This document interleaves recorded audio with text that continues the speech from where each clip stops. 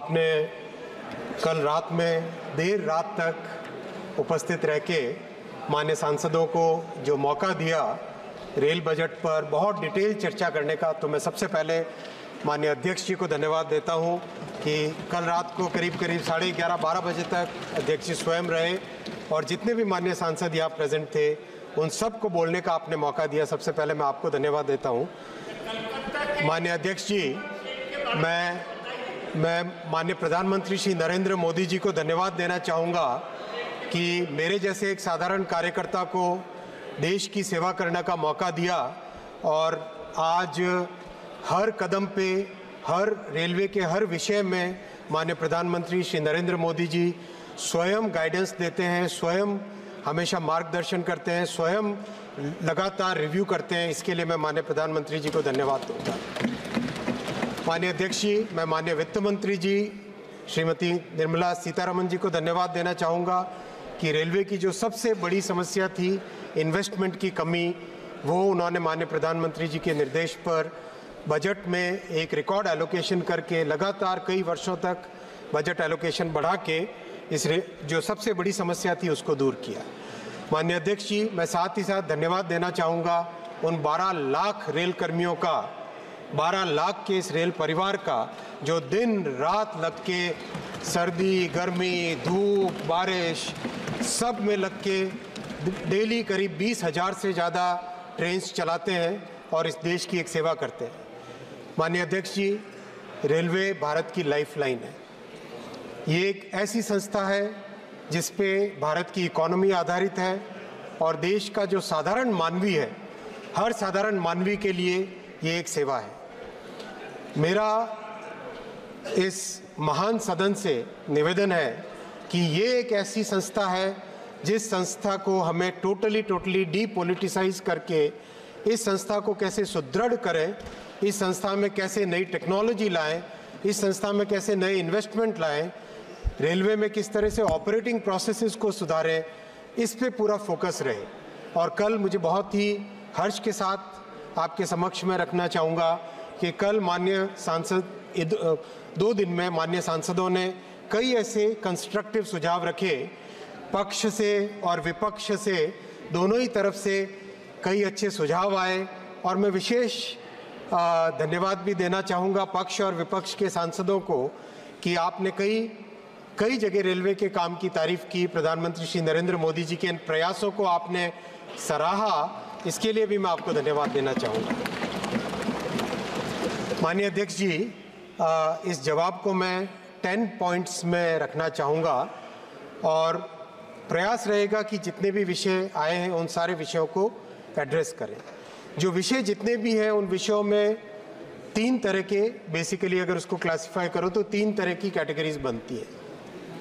पहली कैटेगरी जो general policy से रिलेटेड है, दूसरी कैटेगरी जो इंडिविजुअल सांसदों के क्षेत्र के महत्वपूर्ण मुद्दे, कई जगह स्टॉपेजेस का मुद्दा, कई जगह ट्रेन्स के एक्सटेंशन का, कई जगह आरयूबी के कंस्ट्रक्शन का, कई तरह के मान्य सांसदों ने अपने अपने क्षेत्र के महत्वपूर्ण मुद्दों को उठाया। इस तीसरी कैटेगरी है किस तरह से रेलवे प्रधानमंत्री श्री नरेंद्र मोदी जी के विजन से एक नई दिशा में जा रहा है।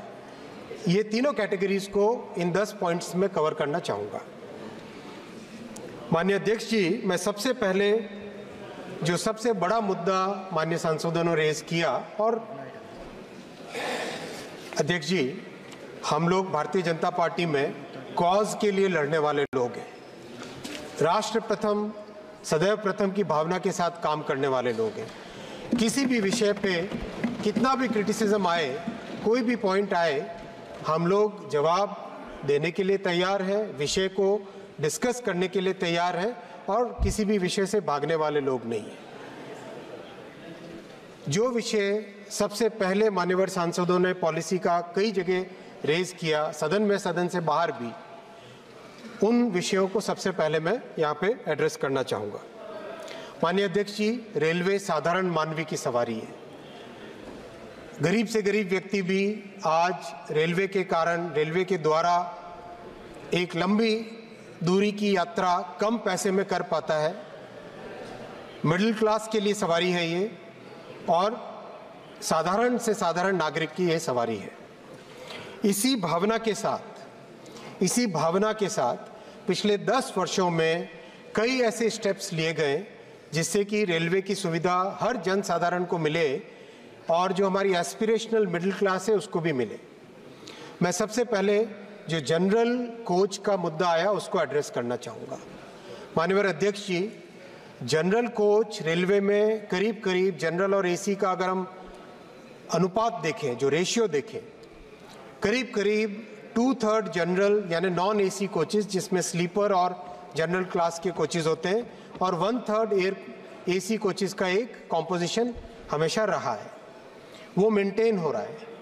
फिर भी माननीय अध्यक्ष जी, जो जनरल कोच के लिए जो डिमांड बढ़ रही है, क्योंकि यात्रा के लिए जो डिमांड बढ़ रही है ओवरऑल, उसमें उसको ध्यान में रखते हुए अभी अगले कुछ ही महीनों में करीब 2,500 एक्स्ट्रा जनरल कोचेस के प्रोडक्शन का काम हाथ में लिया गया है। और जो स्टैंडर्ड कॉम्पोजिशन है जिसमें हर मेल एक्सप्रेस में मिनिमम 4 जनरल कोच रहेंगे, वो कॉम्पोजिशन बहुत जल्दी सारी की सारी मेल एक्सप्रेस ट्रेन्स में हो जाएगा।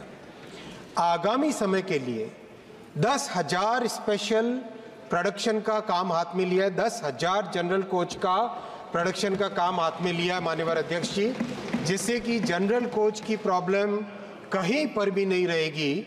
ये मैं आपके समक्ष सभी देशवासियों को, सभी मान्य सांसदों के माध्यम से अपने अपने कॉन्स्टिट्यूएंसीज में रखें, ऐसा निवेदन करूंगा। माननीय अध्यक्ष जी, प्रधानमंत्री श्री नरेंद्र मोदी जी ने एक ऐसी ट्रेन की कल्पना की जो कि वर्ल्ड क्लास फैसिलिटीज़ हो, अच्छी से अच्छी फैसिलिटीज़ हो, लेकिन वो कम से कम कॉस्ट में लोगों को यात्रा करा सके। अमृत भारत ट्रेन पिछले जनवरी में, कुछ ही महीनों पहले जनवरी में इस ट्रेन का जब प्रोडक्शन कंप्लीट हुआ, टेस्टिंग कंप्लीट हुई, उसके बाद में 2 अमृत भारत ट्रेन इनॉग्रेशन हुई है माननीय प्रधानमंत्री जी के हाथों से। अयोध्या जी धाम पर हम लोग प्रेजेंट थे सबके सब। अयोध्या जी धाम से ये दोनों ट्रेन्स चली। पहली ट्रेन चली मालदा से बेंगलुरु के लिए और दूसरी ट्रेन चली दरभंगा से दिल्ली के लिए। माननीय अध्यक्ष जी, मैं बहुत हर्ष के साथ आपके सामने ये विषय रखना चाहूँगा कि ये दोनों ट्रेन्स, जिसमें 22 कोच में से आधे स्लीपर है और आधे जनरल कैटेगरी के कोचेज़ हैं, जनरल कोच हैं, इन दोनों ट्रेन्स में जो फैसिलिटीज़ हैं वो हर तरह से पिछली जितने भी सरकारों का आप हिसाब देख लें उन सब से कई गुने बेटर है। और दोनों की दोनों ट्रेन्स इतनी पॉपुलर है कि करीब करीब 5-6 महीने की टेस्टिंग के बाद में आज मैं हर्ष के साथ आपके सामने रखना चाहूँगा, माननीय प्रधानमंत्री जी ने 50 और अमृत ट्रेन के मैन्युफैक्चरिंग का निर्णय लिया है। अध्यक्ष जी, 1000 किलोमीटर की जर्नी इस ट्रेन में 400 रुपये में, 450 रुपये में होती है। और बहुत ही आपने सबने देखा होगा जो पुराने 1980 और 1990 की डिज़ाइन के LHB कोचेस थे, उन सब की ट्रेन्स में जैसे ही गाड़ी स्टार्ट होती है एक बहुत ही स्ट्रॉन्ग एक झटका सा लगता है, क्योंकि वो डिज़ाइन एक उस जमाने की थी, 80 और 90 के डिज़ाइन, 70s की 80s की डिज़ाइन थी। आप अमृत भारत ट्रेन में बैठोगे, इसमें सेमी परमानेंट कपलर्स एक नई टेक्नोलॉजी लाए हैं जो कि ट्रेन के अंदर बिल्कुल भी झटकों की प्रॉब्लम सॉल्व हो जाती है उससे। और भी कई सारे फीचर्स हैं, अच्छी टॉयलेट्स हैं, अच्छे जो चार्जिंग स्टेशन है, चार्जिंग पॉइंट्स हैं, बर्थ की डिज़ाइन चेंज हुई है, कई तरह के इसमें नए फीचर्स लगे हैं। साथ ही साथ अध्यक्ष जी, जैसा आरंभ में कहा, रेलवे साधारण मानवी की सवारी है, जन साधारण की सवारी है। ये जो 5 महीने का एक्सपीरियंस रहा अमृत भारत ट्रेन को चलाने का, इस एक्सपीरियंस के आधार पर और 13 नए इम्प्रूवमेंट्स ट्रेन में किए गए हैं, विशेषकर जो अपर बर्थ पे चढ़ने का। और मैं अगर आपसे निवेदन भी करूंगा माननीय अध्यक्ष जी, कई एक्सपेरिमेंट्स करने के बाद में अपर बर्थ और मिडिल बर्थ में चढ़ने के लिए टॉयलेट्स की क्लीनिंग और बेटर हो, पानी का फ्लो, टैंक में, पानी के टैंक के अंदर ऑटोमेटिक सेंसर्स वगैरह वगैरह कई तरह के ऐसे इम्प्रूवमेंट्स, 13 इम्प्रूवमेंट्स किए गए जो कि अगली 50 अमृत भारत ट्रेन्स में इंक्लूड होंगे। ओवरऑल मैं इस महान सदन के सामने इस विषय को रखना चाहूँगा कि एनडीए की सरकार और प्रधानमंत्री श्री नरेंद्र मोदी जी का पूरा फोकस, कंप्लीट फोकस गरीब से गरीब वर्ग पर और मिडिल क्लास वर्ग पर है, और इसीलिए सारा का सारा जो ट्रेन्स का डेवलपमेंट है वो डेवलपमेंट भी उसी आधार पे हो रहा है। मैं बहुत ही खुशी के साथ ये कहना चाहता हूँ माननीय अध्यक्ष जी कि कल और परसों 2 दिन विपक्ष के कई सांसदों ने, मान्यवर सांसदों ने भी वंदे भारत ट्रेन के लिए डिमांड की। हालांकि राजनीतिक तौर पे कई जगह कांग्रेस के बाहर, इस सदन के बाहर कांग्रेस के ऐसे स्टेटमेंट्स आते हैं कि वंदे भारत ट्रेन नहीं चाहिए, और कई बार दूसरे कई दलों के भी आते हैं, लेकिन संसद में जो प्रामाणिक तौर पर कहा, मैं मान्यवर विपक्ष के सांसदों को धन्यवाद देना चाहता हूं कि आपने प्रधानमंत्री श्री नरेंद्र मोदी जी के इस बहुत ही इम्पोर्टेंट इनोवेशन का और जो आत्मनिर्भर भारत की इस बड़ी ताकत का जो आपने एक्नॉलेजमेंट किया, उस एक्नॉलेजमेंट के लिए आपको धन्यवाद देना चाहता हूँ। अध्यक्ष जी, रिकॉर्ड पर ये बात रिकॉर्ड पे रहे इस महान संसद के कि जब world class semi high speed train के डेवलपमेंट की बात आई 2015 के आसपास, प्रधानमंत्री श्री नरेंद्र मोदी जी ने देश की जिम्मेदारी संभाली 2014 में। 2015 में जब निर्णय लेने की बात आई कि वर्ल्ड क्लास ट्रेन एक अच्छे क्वालिटी की, मच बेटर, जो आज के भारत की एस्पिरेशंस है मिडिल क्लास की, उस एस्पिरेशंस को एड्रेस करे वैसी ट्रेन बनानी है, तो ये रिकॉर्ड पे रहे माननीय अध्यक्ष जी, प्रधानमंत्री जी ने एकदम स्पष्ट तौर पे कहा कि जो पुरानी पद्धति थी कि बाहर जाओ, टेक्नोलॉजी ट्रांसफर करवाओ, उस पद्धति को उन्होंने नकारा और स्पष्ट तौर पे कहा कि मेरे भारत के इंजीनियर्स, उनकी क्षमता है, मेरे भारत के वेल्डर्स, मेरे भारत के इलेक्ट्रीशियंस, हमारे देश में इतनी ताकत है, इतनी क्षमता है, इतनी बुद्धिमत्ता है कि हम अपने आप डिजाइन करेंगे। और अध्यक्ष जी, ये वंदे भारत ट्रेन उसी आत्मविश्वास का, उसी भारत की क्षमताओं पर, भारत के युवाओं की क्षमताओं पर विश्वास की एक झलक है, विश्वास की एक मिसाल है कि आज ये ट्रेन 100 से ज़्यादा सर्विसेज देश के कोने कोने में, करीब करीब हर राज्य में ये सर्विसेज प्रोवाइड कर रही है। माननीय अध्यक्ष जी, कल मान्यवर कई सांसदों ने कहा कि भेदभाव की बात कही। अध्यक्ष जी, मैं आपके द्वारा इस महान सदन में रखना चाहूँगा, प्रधानमंत्री जी ने जब वंदे भारत का रोल आउट किया, उन्होंने स्पष्ट कहा कि नॉर्थ से साउथ, ईस्ट से वेस्ट, हर प्रदेश में वंदे भारत को रोल आउट करें। और इसी कारण आज केरल से लेके आसाम तक और जम्मू कश्मीर में, जम्मू से लेके तमिलनाडु तक, हर प्रदेश में वंदे भारत ट्रेन आज सर्विस दे। कहीं पर भी किसी तरह का कोई डिस्क्रिमिनेशन, कोई भेदभाव की भावना नहीं है। किसी भी तरह की सर्विस हो, चाहे इन्वेस्टमेंट की बात हो, चाहे सर्विसेज की बात हो, हर जगह पूरे देश का ध्यान रखा गया है। माननीय अध्यक्ष जी, पैसेंजर सर्विसेज की इसी कड़ी में 2 बहुत अच्छे जो इनोवेशंस हुए वो आपके समक्ष रखना चाहूँगा। जो कम डिस्टेंस के बड़े शहर हैं, 150-200 किलोमीटर के बीच के, उसमें एक रीजनल ट्रेन चले, जैसा कि दुनिया के कई देशों में है। इसके लिए वंदे मेट्रो डिज़ाइन की गई है और पहली गाड़ी डिज़ाइन होने के बाद में कपूरथला फैक्ट्री से निकल चुकी है, उसकी टेस्टिंग चल रही है अभी और बहुत जल्दी वो लॉन्च होगी। और वंदे मेट्रो भी आप देखेंगे अमृत भारत और वंदे भारत ट्रेन्स की तरह ये एक ऐसी सर्विस होगी माननीय अध्यक्ष जी, जो भारत में यात्रियों के लिए एक नया वरदान साबित होगी। एब्सोल्युटली मॉडर्न फैसिलिटीज़, सेफ्टी से लैस हर तरह के जो इनोवेशंस जो अब तक सीखे गए और दुनिया भर में जो अच्छे से अच्छे फीचर्स होते हैं, वो सारे के सारे फीचर्स वंदे मेट्रो की ट्रेन में रखे गए हैं। माननीय अध्यक्ष जी, साथ ही साथ लंबी दूरी की ट्रैवल के लिए 1000 किलोमीटर 700 किलोमीटर से ज़्यादा की ट्रैवल के लिए वंदे स्लीपर का भी डिज़ाइन किया गया है और बहुत ही बारीकी से डिज़ाइन के हर फीचर को ध्यान में रख के इस ट्रेन का डिज़ाइन किया गया है। पहली ट्रेन मैन्युफैक्चरिंग हो गई है और उसका टेस्टिंग का काम चल रहा है।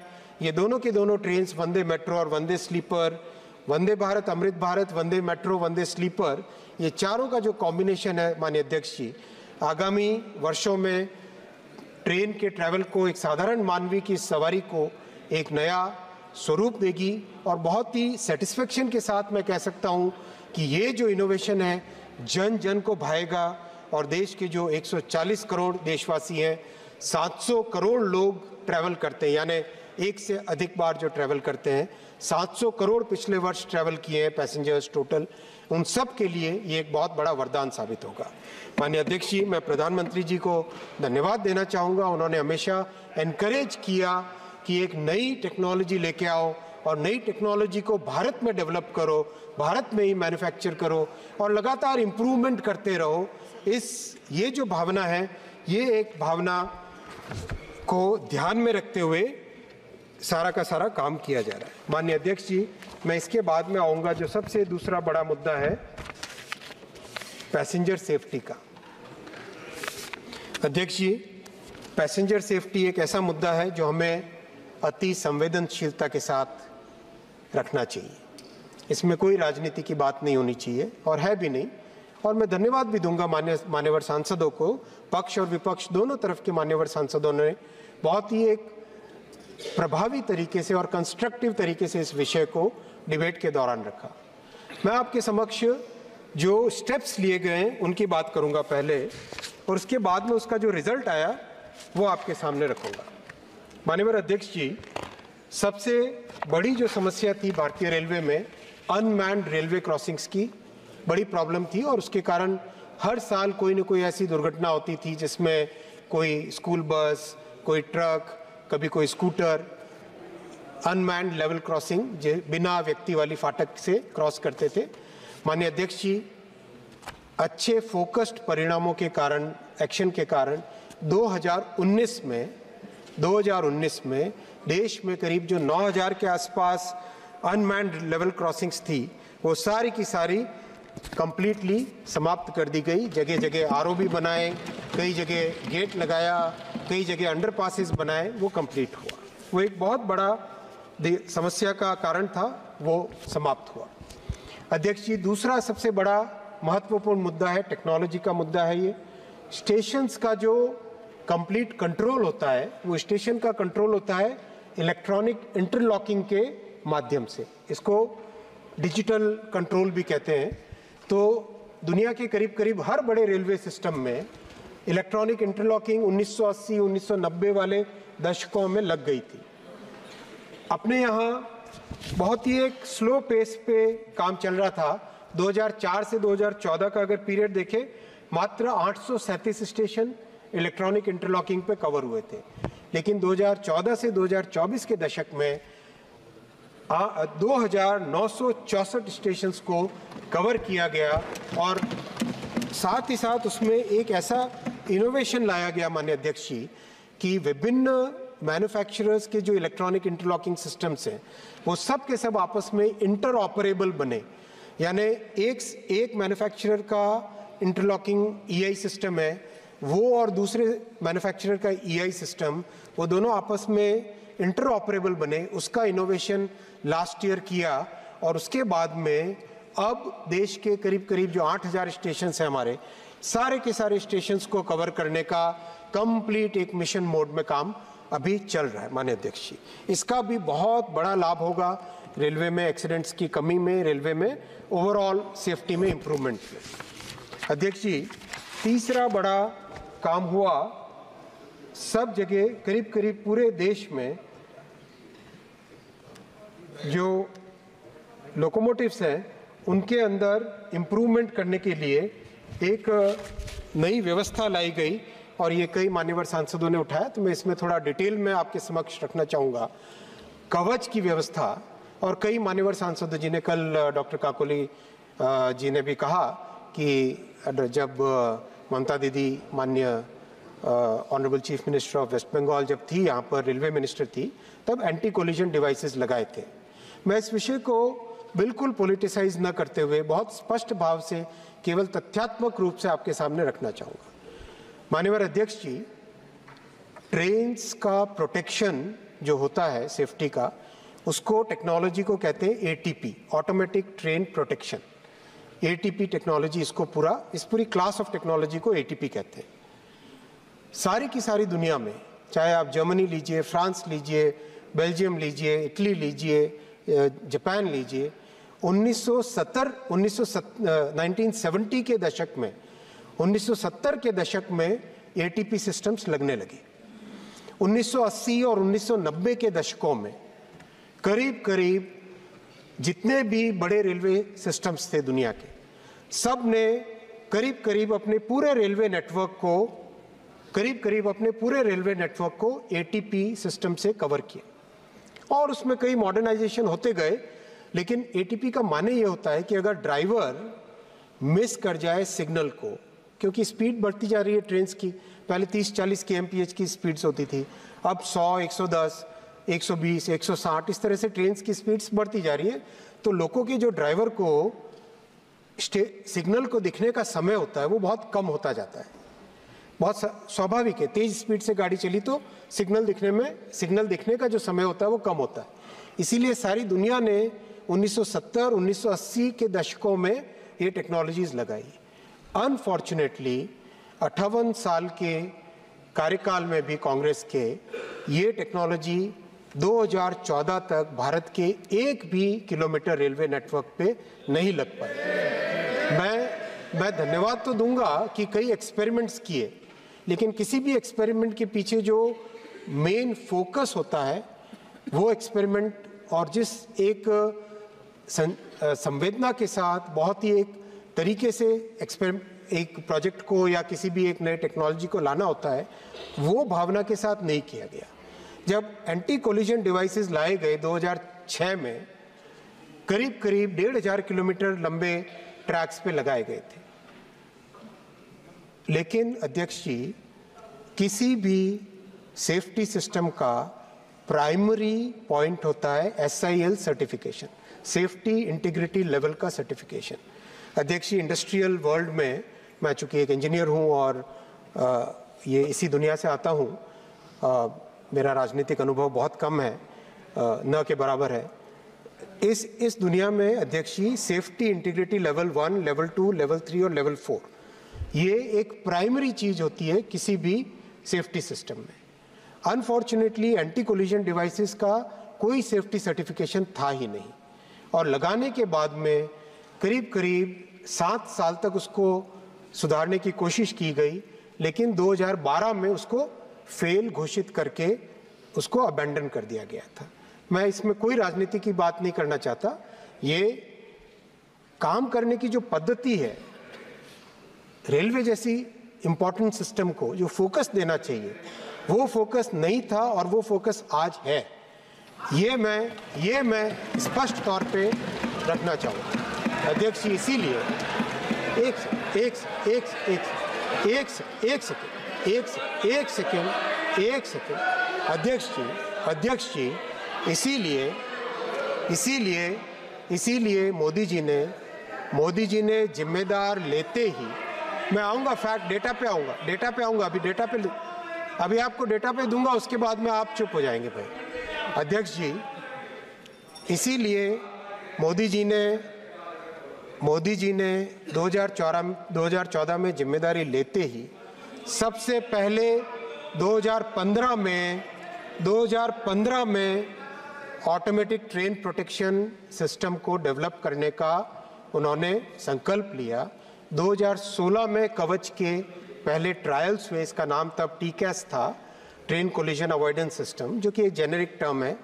2019 में इसको सर्टिफिकेट मिला ये सर्टिफिकेट इतना डिफ़िकल्ट होता है, SIL level 4, SIL 1, SIL 2, SIL 3, SIL 4 highest level का सेफ्टी का सर्टिफिकेशन होता है। 3 साल लगे उस सर्टिफिकेट लेने के लिए। कई तरह के ट्रायल्स किए जाते हैं, कई तरह के टेस्टिंग किए जाते हैं, कई कंडीशंस में उसको टेस्ट किया जाता है। 2019 में कवच का सर्टिफिकेशन कंप्लीट हुआ।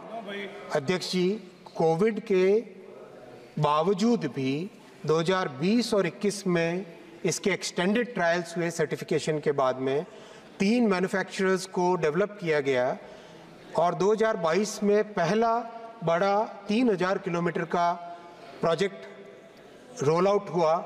और 3000 किलोमीटर की इस प्रोजेक्ट में जो इम्प्लीमेंटेशन के दौरान सीखने को मिला, और देश अपना बहुत ही डाइवर्स देश है, बहुत ही डाइवर्स कंडीशंस हैं, जो कि डेजर्ट में रेलवे नेटवर्क में कंडीशंस होती हैं वो पहाड़ वाले क्षेत्र में अलग होती है, जो कोस्ट में होती है वो ड्राई एरिया में अलग होती है। इसीलिए इन सारी कंडीशंस को ध्यान में रख के, उन सब को समझ के 2024 के 17 जुलाई को कवच का वर्जन 4.0 RDSO, जो हमारी सेफ्टी और रिसर्च की संस्था होती है, उसने कवच का वर्जन 4.0 अप्रूव किया, 4.0 अप्रूव किया। और अध्यक्ष जी, आज हम इस परिस्थिति में हैं कि हमारे पास 3 मैन्युफैक्चरर्स जिन्होंने अपना मैन्युफैक्चरिंग का स्केल अप कर दिया है, 2 नए मैन्युफैक्चरर उसमें जुड़ने वाले हैं, कम से कम 8000 से ज़्यादा इंजीनियर्स को और टेक्नीशियंस को ट्रेनिंग दी है। 6 यूनिवर्सिटीज़ में कवच का पाठ्यक्रम इंक्लूड किया है, क्योंकि अध्यक्ष जी इसके लिए बहुत सारी टेक्निकल कैपेसिटी के साथ साथ टैलेंट भी चाहिएगा, मैन पावर चाहिएगा, डिज़ाइनर्स चाहिएंगे। वो सारी की सारी व्यवस्था, पूरा जो कवच के लिए चाहिए उसको आगे इंस्टॉल करने के लिए और उसको कमीशन करने के लिए, वो सब व्यवस्था बन गई है। और अब इस इतनी मेहनत के बाद में अब परिस्थितियाँ ऐसी है कि हम बड़े पैमाने पे करीब 9000 किलोमीटर के टेंडर इन प्रोसेस हैं और करीब 10,000 लोकोमोटिव्स पे लगना चालू हो जाएगा आगामी कुछ ही महीनों में।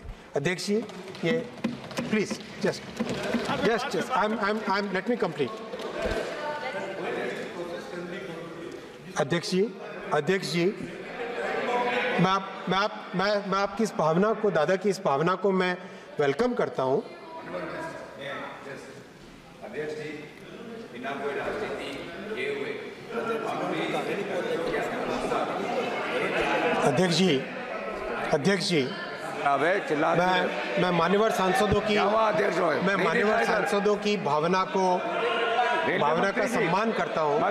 अध्यक्ष जी, मैं आपके सामने ये भी रखना चाहूंगा कि जो हमारे जिन देशों के, मैं बिना किसी देश का नाम लिए, एक सेकंड दादा, प्लीज लेट मी कंप्लीट दादा, दादा प्लीज लेट मी। अध्यक्ष जी, माननीय अध्यक्ष जी, बिना किसी देश का नाम लिए मैं कहना चाहूंगा कि हमारा करीब 70,000 से ज़्यादा किलोमीटर का रेलवे नेटवर्क है। उससे काफ़ी कम संख्या, आधे रेलवे नेटवर्क की साइज वाले देशों ने, अध्यक्ष जी, करीब 20 साल लगाए। अध्यक्ष जी, करीब 20 साल लगाए ATP सिस्टम को इंस्टॉल करने पे। मैं आपको इतना भरोसा दिलाना चाहूँगा माननीय अध्यक्ष जी, और आपके माध्यम से संपूर्ण देश को इतना भरोसा दिलाना चाहूँगा कि कवच के रोल आउट में कोई कसर नहीं छोड़ेंगे, जी जान से मेहनत करेंगे, दिन रात लग के इसको कंप्लीट नेटवर्क में देश के हर किलोमीटर पे लगाने का पूरा प्रयास करेंगे। माननीय अध्यक्ष जी, और भी कई स्टेप्स लिए गए, जिन स्टेप्स का अगर विवरण दें तो सेफ्टी पे जो मेहनत हुई है वो आपके समक्ष आएगी। अध्यक्ष जी, ट्रैक फेलियर सबसे बड़ा विषय होता था, इसीलिए ट्रैक्स पे बहुत फोकस करके, आप देखें यूपीए के 10 वर्षों में करीब 32,000 किलोमीटर का ट्रैक का रिन्यूअल होता था, उसकी जगह 43,000 किलोमीटर का रिन्यूअल हुआ एनडीए के 10 वर्षों में। हाई क्वालिटी जो 60 किलो की रेल्स होती हैं, जो कि बेटर क्वालिटी की, बेटर स्ट्रेंथ वाली रेल्स होती हैं, वो मात्र 57,000 किलोमीटर पे लगी थी। यूपीए के 10 वर्षों में, एनडीए के 10 वर्षों में 1,23,000 किलोमीटर लगी हाई कैपेसिटी बैटरी स्ट्रेंथ की। अध्यक्ष जी, वैसे ही कल मान्यवर एक सांसद ने कहा था अल्ट्रासोनिक फ्लॉ डिटेक्शन क्यों नहीं करते। अध्यक्ष जी, अगर हम देखें 26,52,000 अल्ट्रासोनिक फ्लॉ डिटेक्शन के टेस्ट्स किए गए 10 वर्षों में, और साथ ही साथ इसमें टेक्नोलॉजी भी इम्प्रूव की गई है। अध्यक्ष जी, जो पुरानी टेक्नोलॉजी थी, उस पुरानी टेक्नोलॉजी में एक व्यक्ति हाथ में अल्ट्रासाउंड की मशीन लेके ट्रैक के ऊपर जाता था और उससे जितना उसमें डेटा आता था वो आता था, उससे एक्यूरेसी पूरी नहीं आ पाती थी। इसीलिए माननीय अध्यक्ष जी, फेज अरे अल्ट्रासाउंड मशीन का प्रोक्योरमेंट किया गया है, उसको डेवलप किया गया है और करीब करीब हर जोन में फेज अरे अल्ट्रासाउंड मशीन्स लगा के, ताकि ट्रैक्स में कोई भी गड़बड़ हो तो उसको अच्छे से तुरंत उसको समझा जा सके। और मैं आपको एक बहुत छोटे से उदाहरण के साथ समझाना चाहूँगा माननीय अध्यक्ष, मैं पेपर का उपयोग करूँ अगर आपकी अनुमति हो। ट्रैक में क्या होता है कि जैसे मान लो ये पेपर है, इस पेपर को आप खींचे कुछ नहीं होता, लेकिन अगर एक छोटा सा इसके अंदर कोई फ्रैक्चर हो जाए तो हल्का सा प्रेशर लगाने पर भी ट्रैक के फ्रैक्चर्स हो जाते थे। और इसी कारण इस पर इतना फोकस दिया गया कि ट्रैक का रिन्यूअल्स, अल्ट्रासाउंड जो फेज अरे अल्ट्रासाउंड से उसका डिटेक्शन, वेल्ड का डिटेक्शन, और बहुत ज़्यादा जगह फिश प्लेट को रिप्लेस करके वेल्डेड जो रेल होती है वो सब जगह लगाई गई। और उसका रिजल्ट आया माननीय अध्यक्ष जी, अगर हम 2013-14 में देखें तो करीब 2,500 के आसपास रेल फ्रैक्चर्स होते थे, करीब 2,500 के आसपास रेल फ्रैक्चर्स होते हैं। यही संख्या 2023-24 तक आके मात्र 383 रह गई है, यानी 85% रिडक्शन रेल फ्रैक्चर्स में हुआ। और इसको भी बिल्कुल ज़ीरो की तरफ ले जाएं, वैसा हम सब का प्रयास होना चाहिए, आपका भी हमारा भी, हम सब का प्रयास वो होना चाहिए। और उसके लिए जो भी टेक्नोलॉजी लगे, जिस भी तरह की व्यवस्था बनानी पड़े, जो भी इन्वेस्टमेंट करना पड़े, वो हम सबको करना चाहिए। माननीय अध्यक्ष जी, LHB कोचेज़ बहुत ही सेफ कोचेज़ होते हैं, उसकी टेक्नोलॉजी इस तरह से है कि एक से दूसरे कोच पे नहीं चढ़ता। और ये मैन्युफैक्चरिंग LHB कोचेज़ की जितनी हो सके करनी चाहिए। और इसीलिए अगर हम देखें यूपीए के 10 वर्षों में मात्र 2,300 LHB कोचेज़ बने थे, और एनडीए के 10 वर्षों में पहली और दूसरी टर्म मोदी जी की, उसमें 37,000 LHB कोचेज़ बने। 37,000, इतना बड़ा फ़र्क आया, इतना बड़ा डिफरेंस आया। लेकिन अध्यक्ष जी, हमें प्लीज़ हमें अध्यक्ष जी इस पे भी नहीं रुकना है, हमें इस पे भी नहीं रुकना है। हमें A to Z जितने भी ICF कोचेज़ हैं पुराने 1950 वाली टेक्नोलॉजी के, उन सब को रिप्लेस करना है। साथ ही साथ अभी एक और बहुत महत्वपूर्ण काम हाथ में लिया है कि LHB 1970 और 1980 करीब 1980 में लाया गया था भारत में, वो TOT वाला मेथड था। उसके बजाय आज की जो टेक्नोलॉजी है उसको ध्यान में रखते हुए एक टोटली नए प्लेटफॉर्म का, नए कोच का डिज़ाइन का काम हाथ में लिया है। और माननीय अध्यक्ष जी, ये कोच का डिज़ाइन भी हमारे ही देश के इंजीनियर्स, हमारे ही देश की टेक्निकल ब्रेन्स, आत्मनिर्भर भारत की एक और मिसाल बनेगा। ये कोच का डिज़ाइन भी काम में हाथ में लिया है। मान्य जी, स्टील, एल्यूमिनियम दोनों में से जो भी होगा, लेकिन अच्छी क्वालिटी, अच्छा सेफ होगा। और बहुत ही ध्यान से अध्यक्ष जी, जीवन अमूल्य होता है, जीवन का कोई मोल नहीं है। मैं आपको, चूंकि मैं ये नंबर नहीं रखना चाहता था, लेकिन चूंकि मान्यवर सांसद पूछ रहे हैं इसलिए मैं नंबर रखना चाहूँगा, लेकिन इसमें बहुत ही संवेदना के साथ इस विषय को रखना चाहिए। एक भी एक्सीडेंट खराब होता है माननीय अध्यक्ष, कोई किसी को सुख नहीं होता है कि इस तरह की परिस्थिति कोई देखे। फिर भी माननीय अध्यक्ष जी, चूंकि माननीय विपक्ष के माननीय सांसदों ने कहा कि आप नंबर बताओ, इसलिए मैं नंबर रख रहा हूँ। यूपीए के कार्यकाल में 171 के आसपास एक्सीडेंट्स साल के एवरेज होते थे, 171। वो करीब 68% 68% कम हुए हैं। अभी भी अध्यक्ष जी, हमें उस पर हमें उस पर कहीं कोई संतोष नहीं करना चाहिए, कहीं भी संतोष नहीं करना चाहिए। पक्ष हो, विपक्ष हो, अपक्ष हो, कोई भी हो, हम सबको मिलके एक एक विषय पे, सेफ्टी के हर विषय पे पूरा दिल जी जान से, जितनी हमारी बुद्धि है, जितनी हमारी मेहनत है, जितना भी हम प्रयास कर सकते हैं वो पूरा प्रयास करना चाहिए।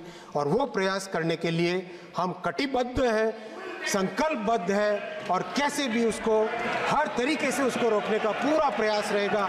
इसमें कहीं कोई संशय नहीं है, कोई संशय नहीं है इसमें।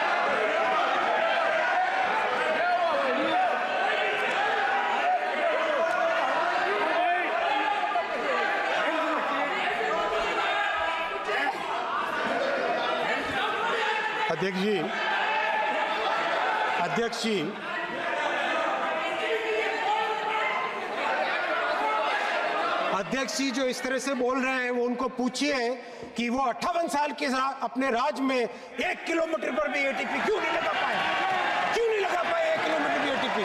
आज ये प्रश्न पूछने की हिम्मत करते हैं।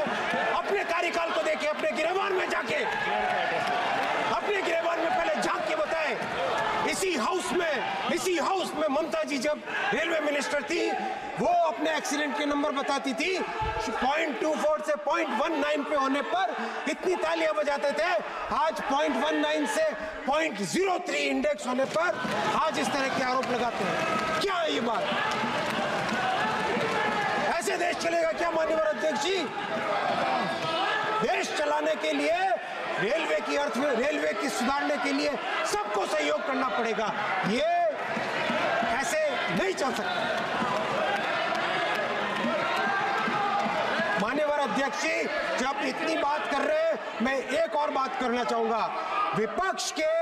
विपक्ष के कांग्रेस ने एक सोची समझी तरीके से, रणनीतिक तरीके से छोटे विषय को अपने सोशल मीडिया की ट्रोल आर्मी के जरिए से इस तरह से उठाना चालू किया। अयोध्या जी के स्टेशन में पुराने स्टेशन की पुरानी दीवार थी, वो जब थोड़ी सी उसमें डैमेज हुआ तो समाजवादी पार्टी और कांग्रेस के हैंडल्स ने उसको तुरंत उठाना चालू किया। इस तरह के झूठ से कैसे देश चलेगा माननीय अध्यक्ष जी? 2 करोड़ पैसेंजर्स डेली यात्रा करते हैं। क्या उनके मन में ये भय भरना चाहते हैं? अध्यक्ष जी, मैं आपके समक्ष 12 लाख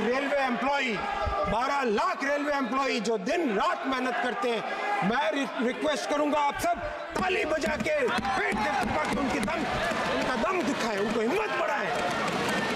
पूरा देश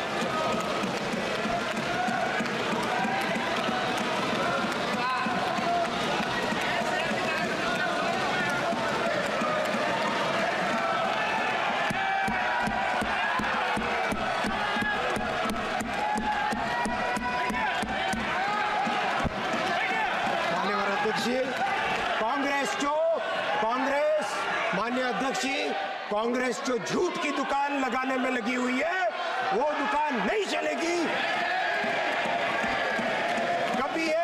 कभी ये फौज को नीचा दिखाने का काम करते हैं और कभी रेलवे को नीचा दिखाने का काम करते हैं। ये राजनीति नहीं चलेगी अध्यक्ष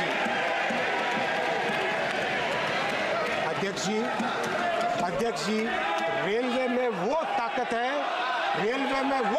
है कि मैं आपको कहना चाहूंगा, मैं रिकॉर्ड पे रखना चाहूंगा, रेलवे में वो ताकत है अध्यक्ष जी कि देश की कोई भी समस्या हो, उसके लिए हमारे इंजीनियर्स, हमारे टेक्निकल लोग इतनी ताकत रखते हैं कि बड़े से बड़े चैलेंज को फेस करेंगे।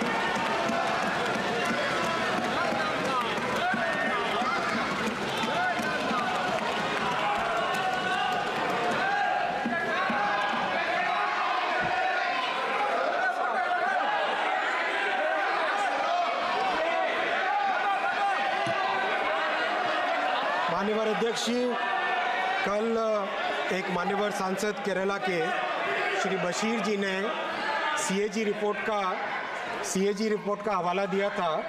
हम लोगों ने रात भर सीएजी रिपोर्ट्स खंगाली। माननीय बशीर जी है क्या? माननीय अध्यक्ष जी, कल CAG रिपोर्ट का हवाला दिया था। हम लोगों ने रात भर CAG रिपोर्ट का उसको खंगाला, लेकिन कहीं पर भी हमें उसमें SC ST OBC से संबंधित कोई विषय नहीं निकला। मैं ये क्लैरिफाई करना चाहूँगा, लेकिन साथ ही साथ ये भी कहना चाहूँगा कि माननीय अध्यक्ष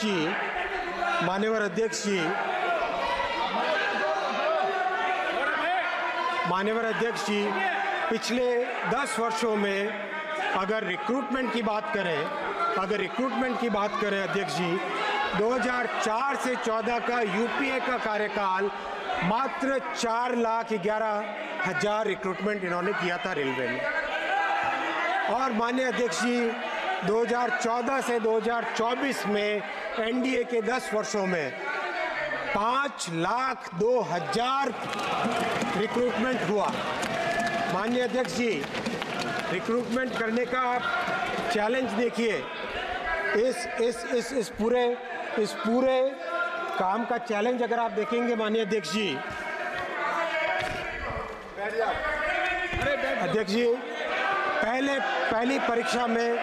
पहली परीक्षा में 1,26,00,000 कैंडिडेट थे। 1,26,00,000 कैंडिडेट, 133 शिफ्ट, 68 दिन तक परीक्षा चली, 211 शहरों में परीक्षा चली और 726 सेंटर्स में एग्जाम चला। माननीय अध्यक्ष जी, एक भी कंप्लेंट उसमें नहीं। और मैं धन्यवाद देना चाहूँगा विपक्ष में मान्यवर सांसद महोदय ने पिछले टर्म में इस चीज़ को एक्नॉलेज भी किया था। दूसरी परीक्षा 1,10,00,000 कैंडिडेट थे, 99 shifts, 33 days, 191 cities, 551 centres, 15 language में एग्जाम हुआ। माननीय अध्यक्ष जी, नॉट अ सिंगल कंप्लेंट कहीं पर। मान्यवर अध्यक्ष जी, इन दोनों परीक्षाओं के बाद 1,30,000 लोगों को रोजगार दिया गया है। और जैसे ये साइकिल कंप्लीट हुई, तुरंत हमने नई साइकिल चालू की। और माननीय अध्यक्ष जी, वर्षों से जो डिमांड थी कि एक एनुअल कैलेंडर रखा जाए रेलवे के लिए, तो जनवरी के महीने में 2024 के जनवरी के महीने में एनुअल कैलेंडर रेलवे के रिक्रूटमेंट का घोषित हुआ। हमारे नौजवानों के लिए जो रेलवे में भर्ती होने के लिए इतनी मेहनत करते हैं, उनके लिए साल में 4 बार वैकेंसी निकलती है। अब जनवरी के महीने में, अप्रैल के महीने में, जुलाई के क्वार्टर में और अक्टूबर के क्वार्टर में।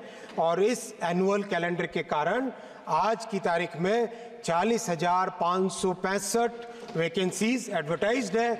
और माननीय अध्यक्ष जी, मैं आपको भरोसा दिलाना चाहूँगा, जिस मेहनत के साथ, जितनी डिटेलिंग के साथ 2 करोड़ से ज़्यादा कैंडिडेट्स का एग्ज़ाम लेके बिना कोई कंप्लेंट के ये एग्ज़ाम कंप्लीट किया, वैसे ही आगामी एग्ज़ाम्स भी कंप्लीट होंगे और रेलवे में 40-50 हज़ार लोग ज़्यादा जुड़ेंगे। माननीय अध्यक्ष जी, किसी ने कल मजाक भी बनाई थी कि रेलवे के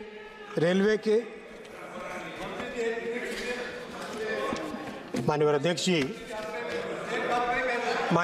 जी, मैं सेफ्टी पे जो एक्सपेंडिचर हुआ वो डेटा भी आपके सामने अध्यक्ष।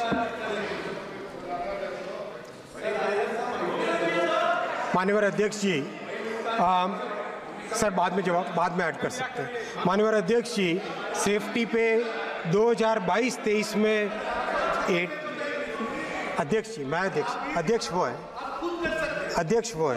अध्यक्ष जी 22-23 में 87,336 करोड़ रुपीस का एक्सपेंडिचर सेफ्टी रिलेटेड आइटम्स में हुआ।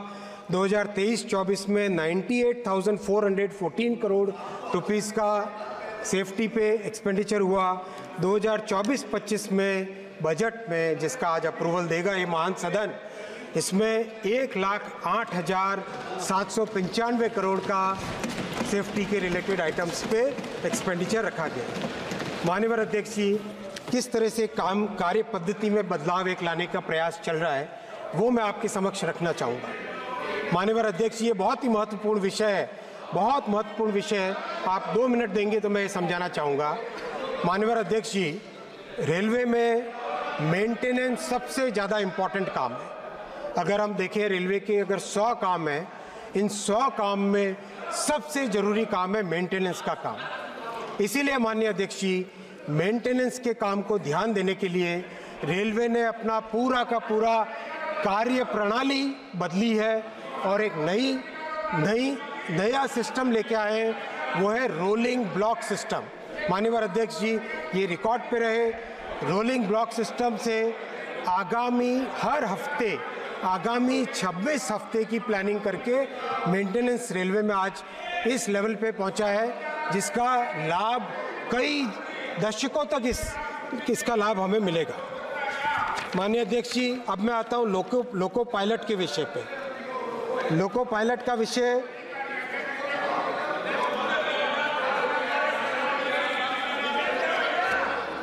माननीय अध्यक्ष जी, लोको पायलट का विषय कई माननीय सांसदों ने उठाया। मैं आपको बहुत स्पष्ट तौर पे कहना चाहूँगा कि लोको पायलट रेल परिवार के बहुत ही महत्वपूर्ण सदस्य हैं और उनके लिए जो स्टेप्स लिए गए हैं, वो स्टेप्स आपके सामने रखूँगा, मैं आपके सामने रखूँगा। माननीय अध्यक्ष जी, लोको पायलट जब अपनी ड्यूटी कंप्लीट करके आते हैं तो वो रनिंग रूम में, ऐसा है केवल रील बनाने वाले लोग नहीं, हम मेहनत करने वाले लोग हैं, काम करने वाले लोग हैं। आपकी तरह रील बना के दिखाने वाले लोग नहीं हम, समझे ना? बैठो, बहुत हो गया था, कुछ भी बोल देता है। माननीय अध्यक्ष जी, हाउस का ऑर्डर मिला, ये क्या तरीका है? कुछ भी बीच में बोल देते हैं।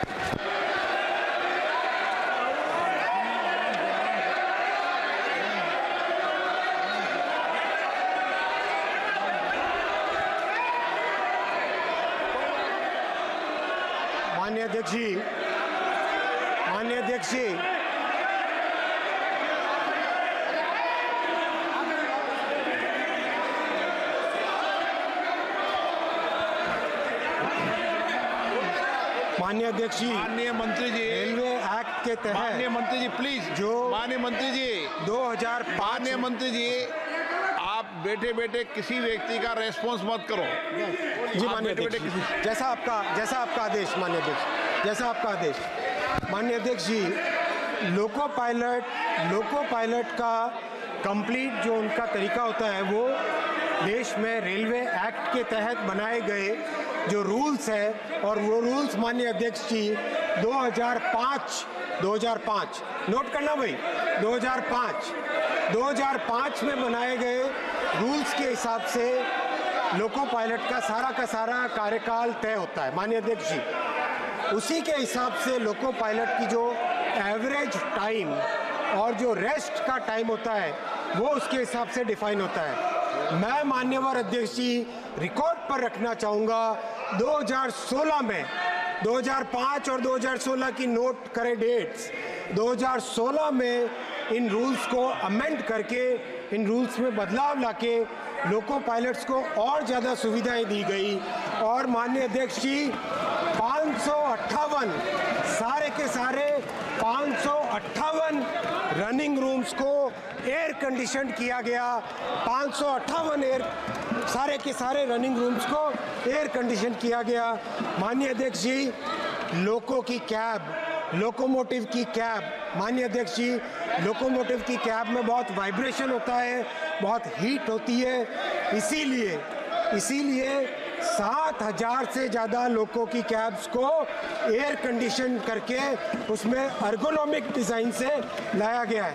अध्यक्ष जी, 2014 से पहले जो आज लोको पायलट्स के साथ सिंपैथी दिखा के रील्स बनाने में व्यस्त है, उन लोगों के समय में जीरो था, जीरो, एक भी लोको। आप मुझे बताओ, 558 में से एक भी जीरो था, एक भी कैब एसी नहीं थी। माननीय अध्यक्ष जी, ये फिर आप किस बात का ये करते हैं? किस बात का ये करते हैं? माननीय अध्यक्ष जी,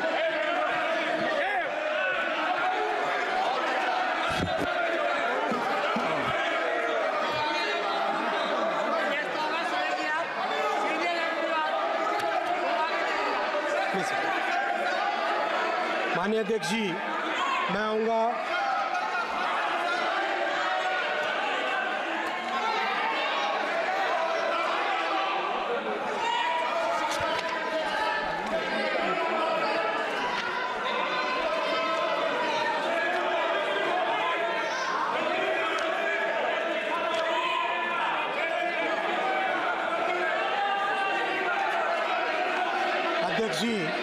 माननीय अध्यक्ष जी, कल एक विषय आया कि केरला में एलोकेशन बिल्कुल कम है। माननीय अध्यक्ष जी, केरला के मान्यवर सांसद सुन ले, यूपीए के कार्यकाल में केरला को मात्र 372 करोड़ रुपए देते थे एवरेज, यूपीए के कार्यकाल में। माननीय अध्यक्ष जी, आज प्रधानमंत्री श्री मोदी जी 3011 करोड़ रुपए केरल को दे रहे हैं, 3011 करोड़ रुपए। माननीय अध्यक्ष जी, तमिलनाडु का कल विषय आया, तमिलनाडु को यूपीए के कार्यकाल में मात्र 879 करोड़ रुपीस मिलते थे। आज माननीय अध्यक्ष जी 6,362 करोड़ रुपीस मोदी जी तमिलनाडु को दे रहे हैं। माननीय अध्यक्ष जी, हमारी संवैधानिक व्यवस्था में, फेडरल व्यवस्था में जो जमीन का काम होता है, लैंड एक्विजिशन का काम है, वो राज्य की जिम्मेदारी होती है। मैं आपके माध्यम से मान्यवर सांसदों से निवेदन करूंगा कि आप केरला और तमिलनाडु में पूरी तरह से सहयोग करें और लैंड एक्विजिशन के लिए हेल्प कराएं। आप बताओ माननीय अध्यक्ष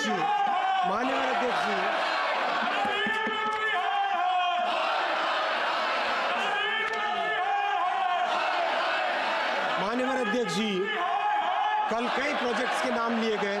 I will speak in English for the benefit of Tamil Nadu honourable MPs. Honorable Speaker Sir, if you look at any of these projects, Attipattur new line, we require 189 hectares of land. The land acquired is zero. If you look at Madurai Tuticorin Aruppukkottai new line, the land required is 871 hectares. The land acquired is only 75 hectares. If you look at Morapur Dharmapuri new line, the land required is 91 hectares. The land which has been acquired by the government of Tamil Nadu is only zero. That is the condition, Honorable Speaker Sir. We require 2,749 hectares land in Tamil Nadu to complete the projects. Unfortunately, only 807 hectares of land has been acquired. Honorable Chairman Sir, whatever we can allot, what's important is that the states must also come forward and acquire the land, make sure that the cooperation is given so that we can complete the railway projects. Honorable Chairman Sir, if you look at any state, the record allocation has been made in the current budget.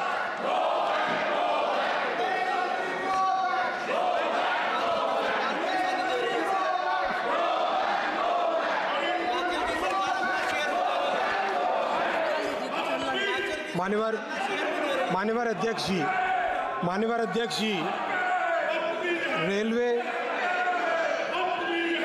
अध्यक्ष जी, railway के electrification पे बहुत चर्चा हुई और उसके जो benefit अभी मिलने लगे हैं वो मैं रिकॉर्ड पे आपके माध्यम से रखना चाहूँगा। अगर हम देखें करीब 50 वर्षों में मात्र 20,000 किलोमीटर का रेलवे इलेक्ट्रिफिकेशन हुआ था। मात्र 20,000 किलोमीटर का इलेक्ट्रिफिकेशन हुआ था। माननीय अध्यक्ष जी, 10 वर्षों में 44,000 किलोमीटर रेलवे इलेक्ट्रिफिकेशन हुआ है और इसका जो बेनिफिट मिल रहा है माननीय अध्यक्ष जी, पिछले 10 वर्षों में 600 मिलियन टन जो एडिशनल कार्गो हुआ है उसके कारण 640 करोड़ लीटर डीजल बचा है और अगर उसको हम जो उसका कार्बन डाइऑक्साइड एमिशंस होते हैं 400 crore kilo carbon dioxide emissions कम हुए। अगर उसे गिने तो 16 करोड़ पेड़ लगाने के बराबर है।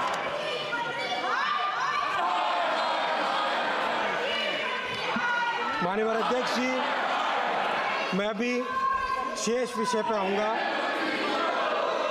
माननीय अध्यक्ष जी, रेलवे बहुत ही एक महत्वपूर्ण संस्था है, जिस संस्था के लिए हम सबको मिलके प्रयास करने पड़ेंगे और इसमें विपक्ष हो, अपक्ष हो या पक्ष हो, सभी की जिम्मेदारी होती है और इस जिम्मेदारी को सभी पूरा करें, ऐसा मैं आपसे निवेदन करूंगा। माननीय अध्यक्ष जी, मैं एक बार फिर माननीय प्रधानमंत्री जी को, माननीय वित्त मंत्री जी को धन्यवाद देता हूं और सभी मान्यवर सांसदों को धन्यवाद देना चाहता हूं कि आपने सबने चर्चा में भाग लिया। मान्यवर विपक्ष के सांसदों का भी धन्यवाद देना चाहूँगा कि आपने भी कई अच्छे शब्द बोले रेलवे के लिए और आपने जो भी आपने कंस्ट्रक्टिव सुझाव दिए उन सभी सुझावों पे काम करेंगे, ऐसा मेरा आपसे निवेदन है। बहुत बहुत धन्यवाद माननीय।